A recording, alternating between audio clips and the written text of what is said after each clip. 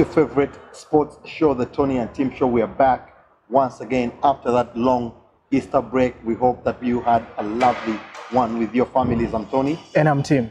We are back, of course, after that weekend that we enjoyed with the family. Yeah. But football did not stop, Tim, and we had a very sumptuous serving of it.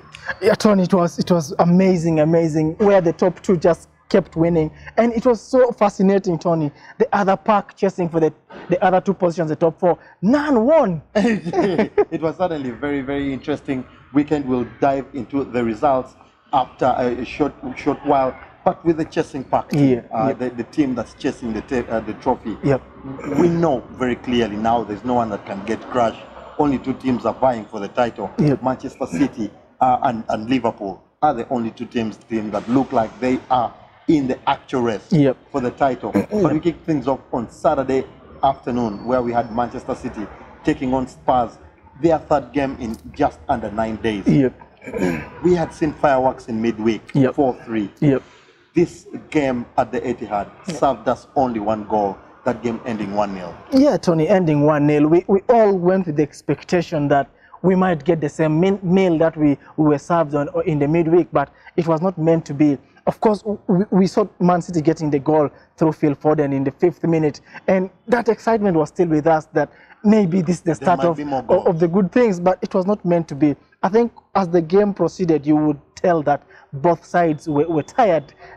Tottenham had chances, Son had some there, Eriksen had a glorious chance I thought would have equalized, but end to end the game didn't live to the billing. I thought Tottenham thought they had done enough and they were okay. I think when with losing, they didn't push for it much. And then Man City, yes, they have to wait on this to take the trophy, but the game didn't live to the billing, Tony.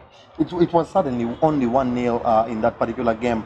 You can, like you said, you can look at both sides and see how much energy they expended in midweek.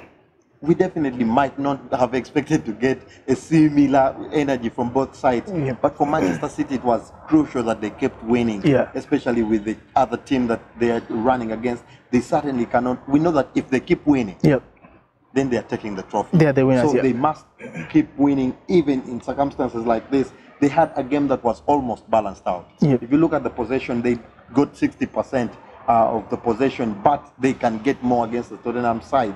In this particular one, there were changes in both sides. We saw Phil Foden coming into the fray. We saw Alexander Zinchenko coming in for Man City. So it shows you that the coach was ready to give a few of the players a chance in this particular game. He had the rest of the people on the bench, but he was willing to probably, even like we talked about it, he is willing.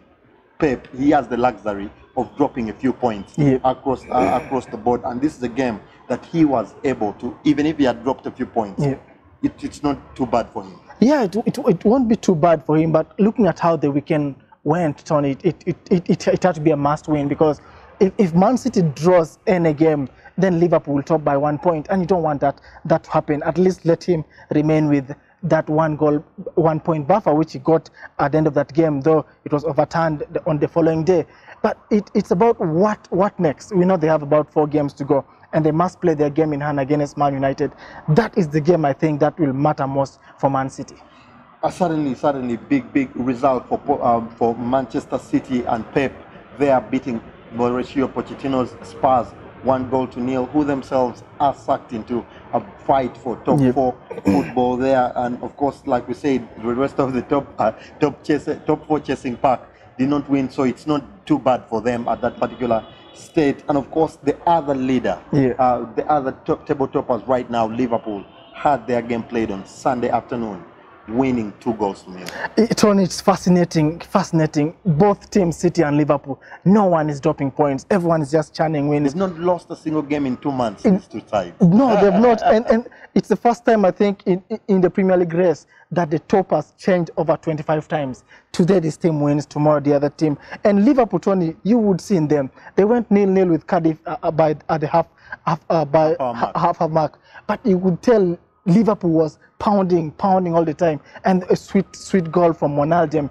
You would see that they were going for it, and then they got a penalty. I thought Salah dived, but it was very, very soft. If a defender has his hands on the body of a striker, the striker has to go down and see what the referee says. But at the end of the day, I thought, Tony, Liverpool has managed to cope up with the pressure, and if they're able to do that, then I'm just waiting for any mistake by Man City. It was suddenly a big performance. They had 81% of the possession. Yep. This Liverpool side, they totally dominated Cardiff. You could tell that the goals were not coming. The strikers of Liverpool are facing a bit of a rough patch in the past couple of months. It's been Sadio Mane, but now he's falling off the patch, and the rest of the people are not yet back on their form. So it's very, very hard for this Liverpool side. I believe that if these two strikers, Mane and Salah, don't pick up their scoring boots, Liverpool might, if they don't get the favors like the penalty that they got in this particular, I believe it was a favor. It was very, very soft. If you look at it once again, a lot of people have come out and criticized Mohamed Salah.